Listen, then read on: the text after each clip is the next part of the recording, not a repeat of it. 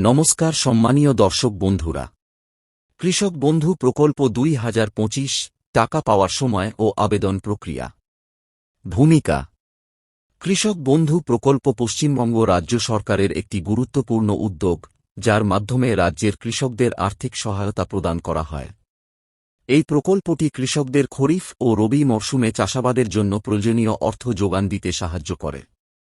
এই প্রতিবেদনে আমরা 2025 সালের কৃষক বন্ধু প্রকল্পের টাকা কবে নাগাদ কৃষকদের অ্যাকাউন্টে ঢুকতে পারে, আবেদনের পদ্ধতি এবং অন্যান্য জরুরি তথ্য বিস্তারিতভাবে আলোচনা করব। কৃষক বন্ধু প্রকল্পের উদ্দেশ্য ও সুবিধা। আর্থিক সহায়তা। এই প্রকল্পের অধীনে কৃষকদের বছরে 2 কিস্তিতে আর্থিক সহায়তা দেওয়া হয়। মৃত্যুজনিত সহায়তা।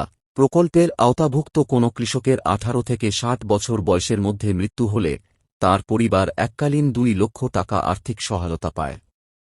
এটি কৃষকদের পরিবারের জন্য একটি সামাজিক সুরক্ষা হিসেবে কাজ করে।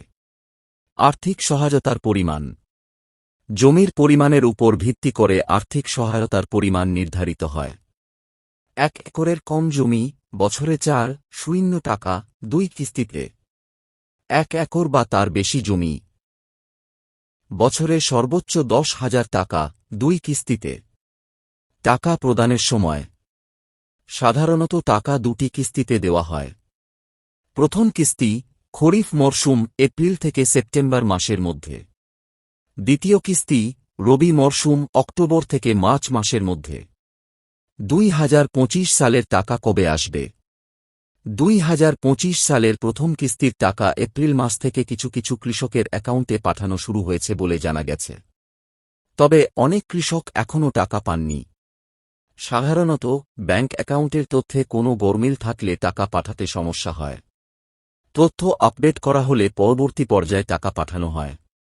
অতীতের প্রবণতা অনুযায়ী 2021 সালে টাকা এসেছিল 17 জুন, 2022 সালে টাকা এসেছিল 27শে জুন, 2023 সালে টাকা এসেছিল 26শে এপ্রিল, 2024 সালে টাকা এসেছিল 12 জুন।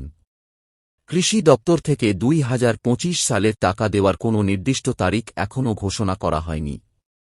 তবে বিভিন্ন সূত্রের খবর অনুযায়ী 15ই জুনের পর থেকে টাকা পাঠানোর প্রক্রিয়া শুরু হতে পারে এবং সবকিছু ঠিক থাকলে 20 থেকে 25শে জুনের মধ্যে কৃষকদের অ্যাকাউন্টে টাকা পৌঁছানোর সম্ভাবনা রয়েছে। আবেদন প্রক্রিয়া। নতুন আবেদনকারী। নতুন আবেদনকারীদের জন্য নিম্নলিখিত পদক্ষেপগুলি অনুসরণ করতে হবে। আবেদনপত্র সংগ্রহ। নিকটবর্তী কৃষি দপ্তর বা দুয়ারে সরকার ক্যাম্প থেকে আবেদনপত্র সংগ্রহ করতে হবে। নথি জমা। পূরণ করা আবেদনপত্রের সাথে নিম্নলিখিত নথিগুলি জমা দিতে হবে: আধার কার্ডের কপি, ভোটার কার্ডের কপি, জমির খতিয়ান বা পাট্টার সপ্রত্যরিত কপি, ব্যাংকের পাসবুকের প্রথম পাতার xerox, এফস code O account number সহ একটি